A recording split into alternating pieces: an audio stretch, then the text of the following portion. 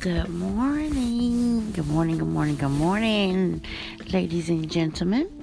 This is your girl, Charlene. I'm coming to you on a Sunday morning, right before church services, actually. Today is October the 23rd. The year is 2022.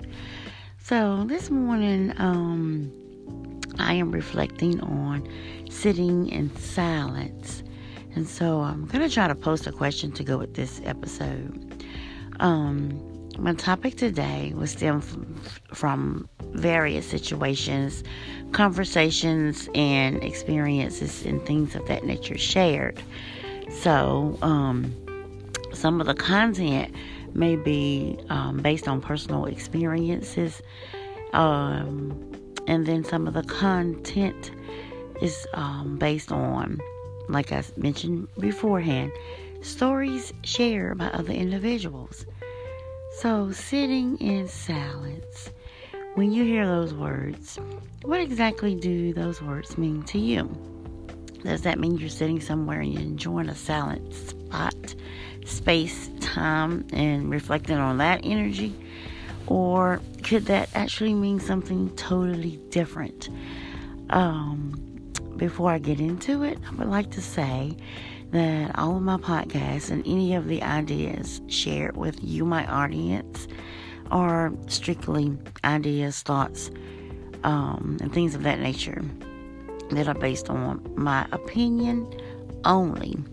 And my opinion, like I always mention to people, may mean something to me and absolutely positively nothing to you. We each have the right to our own opinions. And because my opinion is not your opinion, that doesn't make my opinion supersede your opinion, and vice versa. So I wanted to get that out there because sometimes doing chats and talks or what have you, there's this misconnotation that my words are, solid. I mean, I really don't know. I can't find or think right now of the proper term I want to use for it, but my thoughts and opinions are valid to me because they are my thoughts and opinions. Your thoughts and opinions are valid to you because they are your thoughts and opinions. And, it can be different, and we can have differences, and that's perfectly fine. But is it okay to be disagreeable and think that your thought is better than my thought or my thought is better than yours? Absolutely not. That's a whole podcast in itself that I may come back to in the very near future. But let's get back to the topic on hand today, which is sitting in silence. Now, after a conversation yesterday with someone who's very close to me, and I won't reveal any more information, just in case someone's listening and they can figure out who I'm speaking of. We were talking about, and particularly for this topic, we were talking about relationships. And we were talking about how in a lot of relationships, things can escalate and what have you. And a lot of things are determined based on the person's understanding of one another. And now with that being said, the end topic was, I'm tired of being treated a certain way. I'm tired of being misunderstood. I'm tired of trying to make someone happy who's not happy with themselves. I'm tired of trying to figure out what someone thinks about me. I'm tired of this and I'm tired of that. So basically, the whole conversation went into how one person is tired of the other person, trying to pretty much figure them out. And vice versa, them trying to figure out what makes this person tick, what makes this person talk, what makes this person sit, what makes this person pop. I just put it that way. And, that can become very exhausting.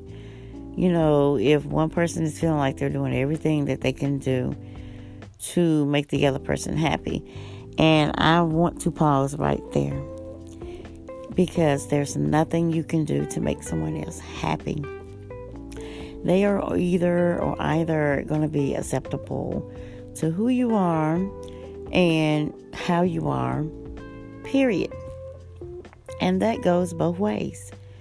You're going to have to be acceptable to whatever some person is bringing to you, their energy, their ideas, their thoughts, their patterns, etc., period.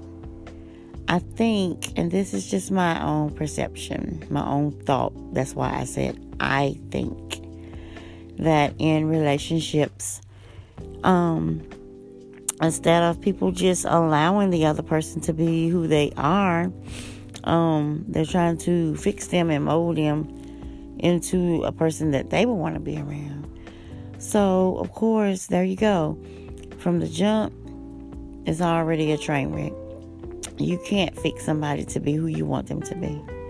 So if you're having personality clashes or what have you, there you go. Even though you like the individual, you think they're cool and they're fun to hang around with, etc., they may be for you and they may not be for you. But one thing you should not do is try to make and mold them into someone else. Now, don't get me wrong. There is a saying that people will change for who they want to change for. I don't exactly understand that wholeheartedly, I'm being honest, because I don't want to be nobody but myself. I like to laugh. I like to be happy. I don't want to be in a situation where I've got to be so serious all the time and not be able to let my hair down and let loose and have fun and just relax, just be who I am. I don't want to be in a situation where, I'm speaking on me, where I'm going to have to change some of my characteristics because this person that I'm dealing with don't understand me. They don't understand how I think. They don't understand how I move. This, that, and the other. And I've been in a situation before, I'm just going to be honest, where this has happened to me. And it's a little confusing because whether the rest of the world is pretending that they understand me or not, they're not chastising me for being me. I'll put it that way. I look at it kind of like, I'm going to use an analogy here. Us as parents, if you are a parent, raise your hand. Boop, boop. Nobody can see it but you, but raise your hand. Boop, boop. You are a parent. Proud parents in the air. Proud parents in the city. Proud parents out there. There you go. Raise that hand. So, us proud parents, we do this a lot. And we have to be very careful. We want to make and mold our children into who we want them to be. Am I right? Yes or no? I don't know what your answer is, but I'm just going to assume mostly yes. Now, with this being said, we want our kids to grow up to be someone that we can be proud of. Parents like to have bragging rights. Oh, my daughter, my son went to college. They did this, they did that. They on the dean's list. They made the safety patrol. They play football. They this, they that, that's the other. Am I right or am I wrong? So, we do all the things that we think that we need to do as a parent to mold this child into who we want them to be, because at the end of the day, at the end of the journey, we're going to have somebody to brag on. We're going to have somebody we can be proud of. We can tell our friends about. We can share stories. All those things. I watched this movie. Oh my gosh, I can't remember the name of it. But it was a very, very touching movie. In fact, it made me cry in the end. And Nick Cannon played in it. And it's fairly up-to-date film. I cannot remember the name. Nonetheless, the film was about Nick Cannon as a father, doing those exact things, trying to make that child into who he wanted that child to be, trying to make that child become the person that he thought the child should be based on who he was in the story. So, the irony of it was, that's not who that child wanted to be. That's not who that child was. That's not what that child was interested in. The dad wanted the child to be an intellect. He wanted the child to be someone that was very studious. I'll use that word, in character. But this child didn't want to play the piano. This child didn't want to go to college to be a studious and all of that. In reality, when the dad pushed him into this place, he was very uncomfortable. He was very not himself. He did not fit that mold, etc., etc., etc. It's kind of like trying to put a circle shape into a square shape. It's not going to fit. It's not a fit. So that's what was happening. And I'm going somewhere with this. Y'all give me just a minute or two more to explain this. So what happened at the end of the story? The son, he rebelled. He started rebelling. He started doing other things. Him and the dad started having conflict. They started butting heads, etc., etc. The mom stepped in. She was like, honey, that's your dream. That's your aspiration. That's your picture of who you want him to be. But that's not who he is. You either accept him and let him be himself, or you're going to continue to have these problems. So, the dad went somewhere and felt sorry for himself because that's not what he wanted. But he manned up and thought about it, and he realized that he was wrong. He was dead wrong. He can't change that child. He can't make that child be somebody that he's not. And so, my point is, just like in a relationship, you cannot find somebody because they are cute, find somebody because they are handsome, look at someone and say, they have potential, and try to make them into the person you want them to be for you. Okay, y'all with me? You can't do that, guys. We cannot do that. We have to accept them for who they are. They're either going to, accept us for who we are, or we're going to continue to run into this, train wreck. We're going to keep crossing these crossroads and going nowhere. We're going to keep going in circles. So one or two things are going to have to happen.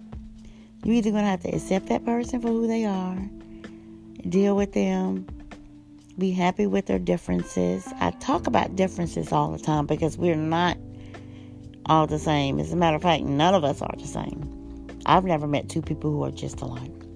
They may look alike, they may act alike, this, that, and the other. But there are some differentiating characteristics and things about them that's going to make them different. Even identical twins are different. Think about that. So, my point and purpose of this podcast is to say, sometimes when things don't work out or what have you, you just have to sit in silence. Move out the way. Let things fall into place the way that they need to fall into place. And just be, content with what it is. And I hate that because I'm not one of those types of persons who believe what it is what it is. I really don't like that saying, because even though it is what it is, there's something you can do about it, which is sit in silence, go about your business, or accept what the reality is that you're dealing with. You either accept it or you don't.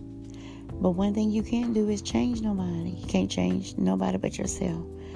Now, in some situations I've heard, like relationship coaches and things of that nature, and it tickles me because a lot of people who are not in a relationship have a lot to say about relationships. and that's funny to me. Because I don't know. I mean, how are you going to tell somebody about a relationship when you're not in one yourself? I mean, that has always puzzled me. Always. And my pastor, God bless him, rest his soul, who has passed away, he used to say that all the time.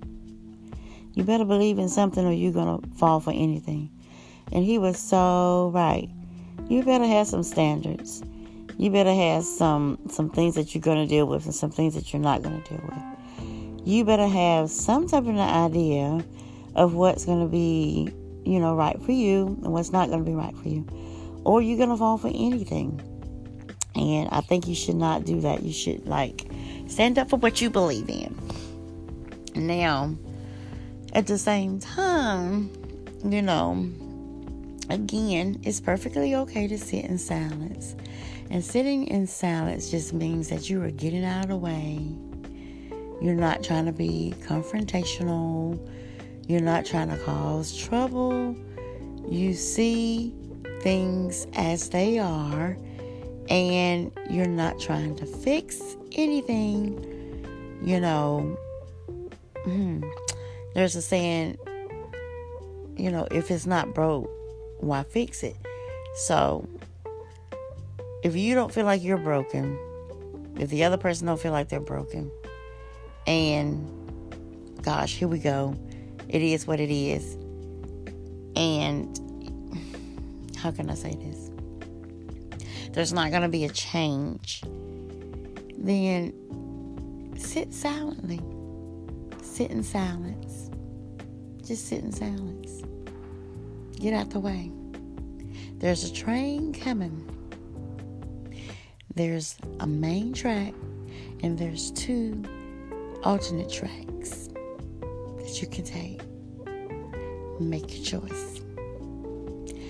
And with that, I'm going to end this podcast because I don't like to talk a whole lot on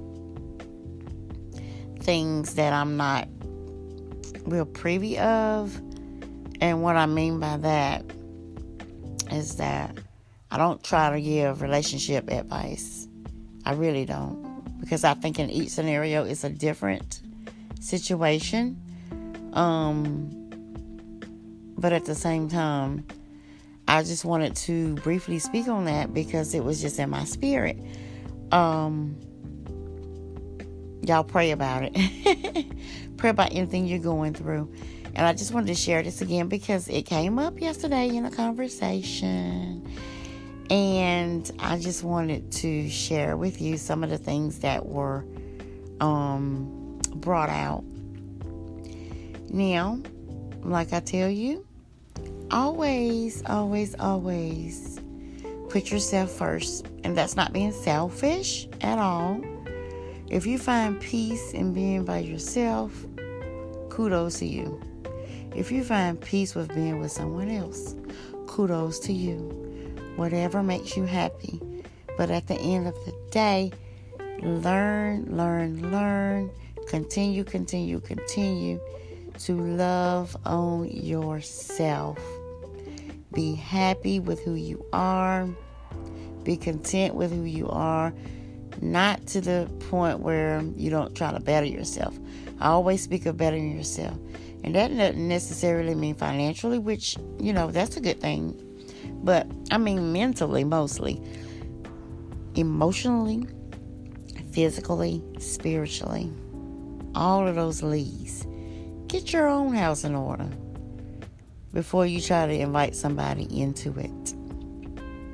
Get your own house in order before you try to tell somebody else how to fix theirs. Sweep around your own front door, as the gospel singers say, before you try to sweep around mine. And I'm about to get my broom and start sweeping right now. Guys, love yourself. Enjoy your day. It's going to be a beautiful day. Make the most of it. If you want to comment on this podcast, please do so. you can comment by emailing me at vette618@yahoo.com. Again, that's V as in Victor, E as in egg, T as in Tom, T as in Tom, E as in egg, 618@yahoo.com. It's your girl Charlene. Happy Sunday. Praise God. If you are hearing this voice of mine, you are blessed.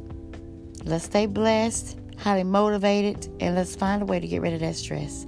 In Jesus' name, have a great day. I love you guys. Remember, this is just personal opinions, mine, which means something to me, and it does not have to mean anything to you.